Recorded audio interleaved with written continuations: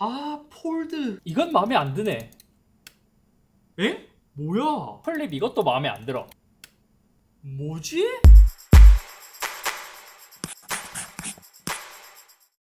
안녕하세요, 이스터비입니다. 이제 진짜 루머로만 구성했던 신작 스마트폰의 출시가 한 발자국 앞으로 다가왔습니다. 작년 갤럭시 Z 플립 3가 출시하면서 역대급 디자인 그리고 감성으로 많은 이들을 사로잡았고, 실제 아이폰을 쓰시는 분들도 플립 3로 넘어갈 만큼 되게 매력적이었죠. 이후 벌써 1년이라는 시간이 지났고 이제 새로운 버전이 8월 초에 공개될 예정인데, 며칠 전 새로운 제품에 대한 디자인이 유출되었기 때문에 오늘은 갤럭시 Z 플립 4 폴드 4 디자인과 관전 포인트입니다. 아마 플립 3에서 디자인에 대한 대박이 터졌기 때문에 더욱 기대하시는 분들이 많을걸요.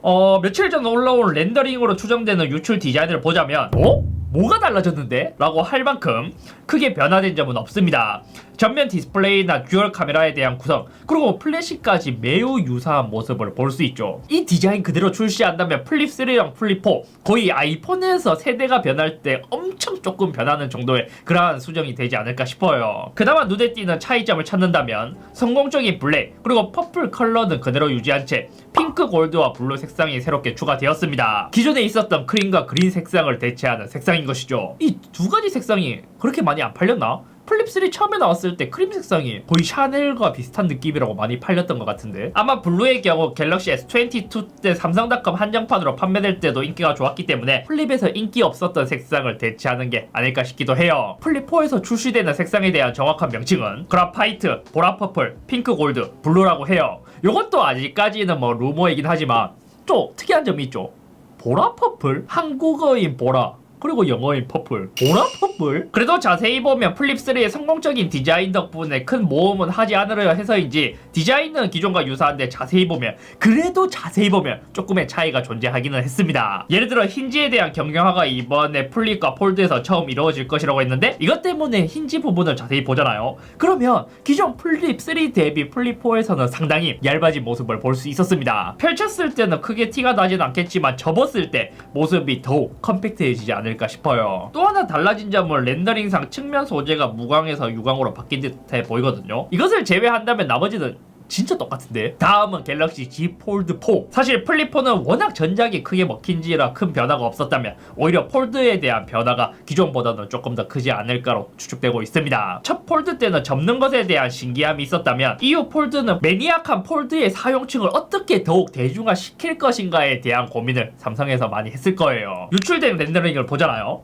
카메라는 이전 루머에서 S22 울트라와 비슷할 것이라고 했었지만 새롭게 유출된 렌더링을 보면 폴드 3와 비슷한 룩을 가졌고, 전체적으로 플립 3와 마찬가지로 전작과 비슷한 듯 하면서도 조금 다듬는 방식으로 변화된 것 같았습니다. 하지만 이번 폴드에서 크게 달라질 것이라고 추측되는 부분이 있죠. 바로 비율이 변경되는 것. 기존 폴드의 경우 특히 커버 디스플레이가 세로로 길기 때문에 사용성에서 아쉬웠던 부분을 세로를 줄이고 가로를 조금 더 늘리면서 사용성을 개선할 것인가에 대한 기대감도 들고 있습니다. 실제 저도 폴드 시리즈 중 폴드 2를 이제 가장 많이 사용했던 유저의 입장에서 그 세로로 너무 길쭉한 게 커버에서는 좀 불편했거든요. 그래서 그거를 세로로 좀 줄이고 가로로 조금 더 늘렸다. 이 부분에서 얼마나 사용성에서의 큰 개선이 이루어질지 이것도 기대해볼 만한 포인트인 것 같습니다. 폴드 4에 대한 색상은 팬텀 블랙, 그린, 베이지 세 가지로 출시하는데, 이것도 어떻게 보면 플립에 비해서는 조금 아쉽기는 해요. 아직까지는 폴드보다 플립이 조금 더 대중적이라서, 아니 더 많이 팔려서 그런가? 색상부터 플립에 비해서는 좀 더 매니악한 느낌이 들고 있죠. 전체적인 디자인을 종합해보자면 힌지가 변하면서 조금 더 컴팩트하게 되는 부분을 제외한다면 일반인의 입장에서는 3와 4의 차이를 크게 느끼기 어려울 듯 합니다. 두 번째는 무게 경량화에 대한 이야기. 플립이야 3 때에도 183g으로 웬만한 스마트폰과 큰 무게 차이가 나지 않기 때문에 무게에 대한 불만은 없었지만,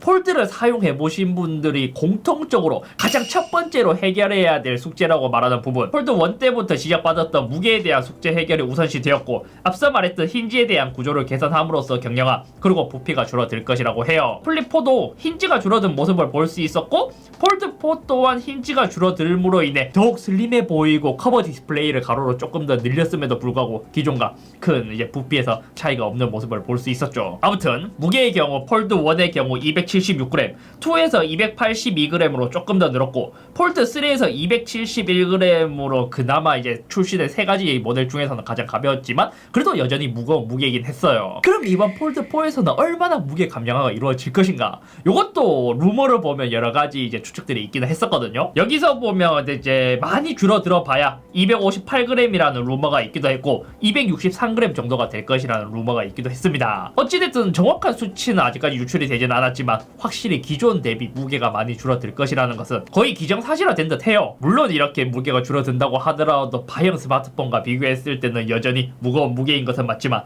점점 그 격차를 좁혀가는 것은 상당히 좋은 것 같습니다. 오히려 일반 바이형 스마트폰의 뭐 카메라나 이러한 기능들이 강화되면서 무게가 오히려 더 늘어나고 있고 폴드가 무게가 더 줄어들고 있어요. 아이폰 13 프로 맥스만 하더라도 238g이고 갤럭시 S22 울트라만 하더라도 228g. 옛날에는 190g만 넘어가도 손목이 부서진다 그랬는데 이제는 200g이 그냥 넘어가네. 다음은 프로세서에 관한 이야기. 예전 루머에서는 S22에 들어간 퀄컴 스냅드래곤 8 젠 1을 쓸 것이다. 이후에 나오는 후속작을 쓸 것이다 라는 의견이 이제 좀 많이 있었는데 지금 들리는 소식으로는 새롭게 출시된 퀄컴의 프로세서 스냅드래곤 8 플러스 젠 1 탑재가 유력해 보였습니다. 로드맵상 이거는 맞기도 해요. 퀄컴에서 하반기 전략 플래그십에 탑재될 플래그십 프로세서로 이제 A 플러스를 발표했으니까요. 이로 인해 기대되는 부분도 새롭게 생겼습니다. 스냅드래곤 8 젠1의 경우 S22에 탑재되면서 발열에 대한 이슈가 있었고 이로 인해 GOS가 걸리면 실제 성능이 하락하거나 전작과 비슷하거나 낮아지는 등의 모습을 보였기 때문이죠. 그래서 그 GOS에 대한 영향도 프로세서 때문이다, 뭐 공정 때문이다 여러가지 이야기들이 많았었죠. 그럼 어차피 똑같은 퀄컴 프로세서인데 새로운 프로세서를 탑재한다고 뭐가 해결이 되냐? S22 GOS 이슈 중 하나였던 프로세서가 삼성 공정에서 생산하면서 문제가 있었잖아요. 이로 인해 삼성 파운드리의 수율이나 이 공정에 대한 이제 여러 가지 논란들이 있었고 여러 가지 부가적인 이야기도 많이 흘러나오기도 했었습니다. 하지만 새로운 스냅드래곤 8 플러스 젠1의 경우 삼성 공정 생산에서 TSMC 공정 생산으로 바뀌었습니다. 일단 이제 TSMC에서의 공정 생산으로 바뀌었다. 만약 이게 사실이라면 발열과 전력 소모에 대한 개선이 이루어졌으면서도 성능이 더 증가한 그런 프로세서가 되지 않을까. 이렇게 하더라도 또 걱정되는 부분이 있기도 해요. 왜냐면 플립이나 폴드의 경우 접는 구조 때문에 발열 컨트롤이 일반 바형 스마트폰보다는 어렵거든요.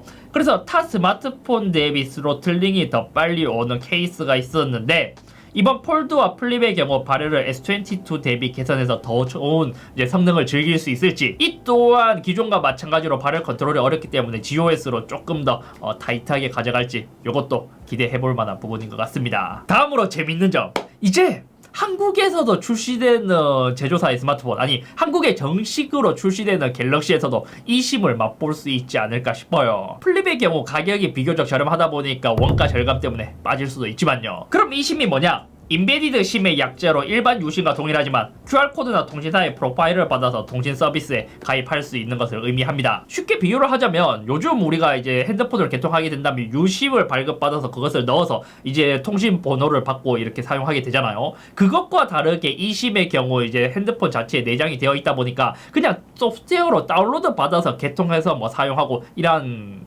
편리성이 있다로 보면 될 것 같아요. 이렇게 된다면 장점이 뭘까? 사용자는 한 개의 폰으로 두 개의 번호를 발급해서 쓸 수 있다 보니까 메인 번호와 서버 번호를 한 폰에서 쉽게 관리할 수 있고, 아니면 기존 통신사의 요금은 저렴하게 데이터는 알뜰폰으로 저렴한 구성으로 사용할 수 있다는 장점을 갖고 있습니다. 그럼 eSIM을 탑재한 기기가 이때까지 없었을까요? eSIM은 아이폰에서 2018년에 출시한 아이폰 XS부터 eSIM을 지원하기 시작했고 갤럭시는 이제서야 이것을 지원하려는 움직임을 보이는 것 같더라고요. 그럼 왜 갑자기 이러한 이야기가 흘러나왔을까? 사실 과기정통부에서 세계적으로 eSIM 확산 추세에 맞춰 국내 이용자들의 편익을 제공하기 위해 스마트폰에 eSIM 도입을 하고자 2022년 7월 이동통신사와 제조사, 유관기관 등과 eSIM 협의체를 구성했고 이에 대한 논의 결과를 바탕으로 스마트폰 eSIM 도입 방안을 마련했다고 해요. 그리고 그 결과로 2022년 9월 1일부터 시행한다 하더라고요. 그리고 이 자료를 자세히 보잖아요. 또한 삼성전자도 내년 하반기에 eSIM이 내장된 스마트폰을 국내에 출시하며 eSIM 이용이 가능한 스마트폰을 지속 확대한다. 결국 삼성에서 올 하반기에 출시될 폰은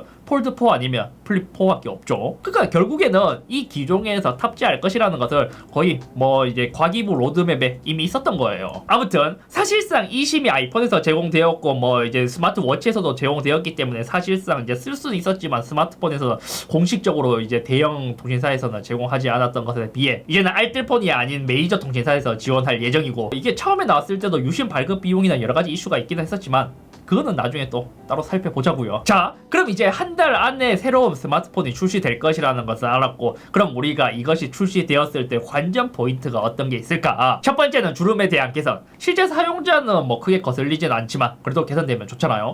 이것도 찾아보니 힌지를 개선하면서 디스플레이 외곽에 부착되는 UTC 또한 개선되기 때문에 주름이 대략 한 20% 정도 개선된다라는 이야기가 있었습니다. 그리고 폴드 3에서 S펜을 지원하기 시작했기 때문에 이것도 내장을 원하시는 분들이 많으셨을 텐데, 요거는 저는 뭐 이미 예상을 했지만 이번 폴드4에서는 무게를 크게 줄이는 게 목적이었기 때문에 아마 삼성에서는 S펜을 내장하는 기술은 이미 충분히 갖고 있을 거예요. 하지만 이 S펜을 내장함으로 인해서 배터리가 더 줄어들 것이고, 그리고 무게도 더 증가할 것이기 때문에 당분간은 탑재하기 어렵지 않을까 싶습니다. 그리고 카메라에 대한 개선. 폴드3도 S21에 비해서는 카메라가 그렇게 좋진 못했잖아요. 아마 요것도 S22 울트라급까지 주면 좋은데, 이렇게 된다면 이제 더욱 두꺼워지고 무게가 증가되다 보니까 적당한 선에서 타협보지 않을까 싶습니다. 특히 플립4의 경우 거의 감성적으로 이제 접근하는 기기이고 또 듀얼 카메라가 탑재되어 있잖아요. 이로 인해 아마 플립4도 조금 카메라에 대해서는 아쉽지 않을까 싶기도 하고요. 폴드3에서 처음 선보인 UDC에 대한 개선. 이것도 처음에 모기장 같았던 게 이번에는 얼마나 이게 개선되었을까, 이것도 관전 포인트일 것 같고, 플립4에서 가장 크게 개선해줬으면 좋겠다 싶었던 배터리가 개선되었을까, 그냥 단순히 추측이건데 꽤 많이 개선되지 않을까 싶기도 합니다. 이유라면 S22 울트라에 탑재된 OLED 유기 재료 세트, 이것도 조금 더 개선된 것으로 탑재될 예정이라고 하고, 추가로 400mAh가 증가한다는 루머, 그리고 프로세서 공정에 대한 개선으로 전체적인 것을 종합해 봤을 때 기존보다 훨씬 더 배터리 타임이 길어지지 않을까 싶습니다. 그리고 플립에서 진동 모터에 대한 개선. 플립 3 때도 유독 진동 모터가 싸구려 모터를 탑재했기 때문에 너무 별로였는데 그것도 개선해줄까가 조금 궁금한 부분이고, 이러한 종합에 대한 결과 새로운 스마트폰의 경우 삼성에서도 2022년 8월 10일 오후 10시에 언팩을 진행한다고 일정을 밝혔고, 한국에서의 정식 출시는 8월 26일로 예상하고 있습니다. 이것을 보면 저것도 예전과는 다르게 삼성이 G 플립이나 폴드 시리즈에 대한 로드맵은 착실히 잘 수행해 나가고 있는 것 같아요. 예를 들어 상반기에는 S 시리즈에 대한 플래그십, 하반기에는 노트 시리즈에 대한 플래그십을 출시했었지만 작년 하반기부터 노트 시리즈를 단종하고 폴더블로만 전략 플래그십을 설정했다는 게 어쩌면 삼성에서도 굉장히 큰 도전적일 수도 있는데,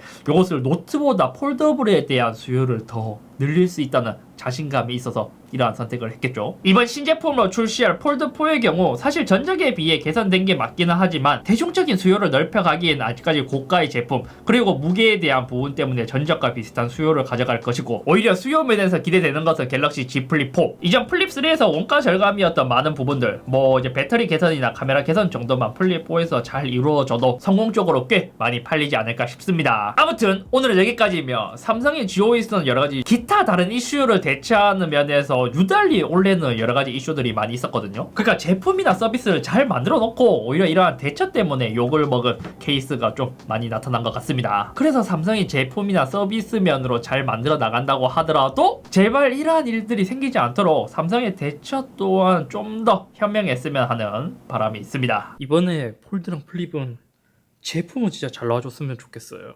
그리고 특히 제가 S22에서 블루 색상이 마음에 들어서 그것도 참 기대되네요.